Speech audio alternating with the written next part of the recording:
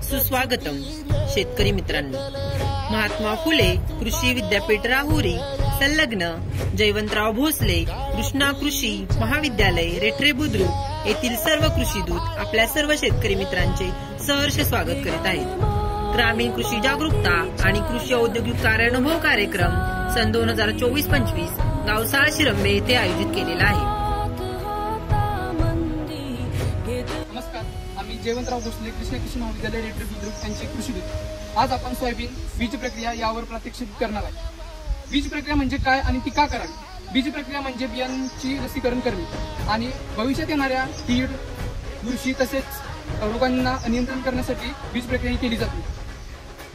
सोयाबीनवरील खोडमाशी तसेच चक्रीभुंगा, नंतर जमिनीतील किडे तसेच रस शोषणारे किडे या सर्वांवर नियंत्रण ठेवण्यासाठी बीज प्रक्रिया केली जाते। बीज प्रक्रियेचे महत्त्वाचे 3 प्रकार: फंगीसाइड, इन्सेक्टिसाइड्स अँड रायझोबियल म्हणजे बुरशीनाशक, कीटकनाशक आणि जैविक घटक।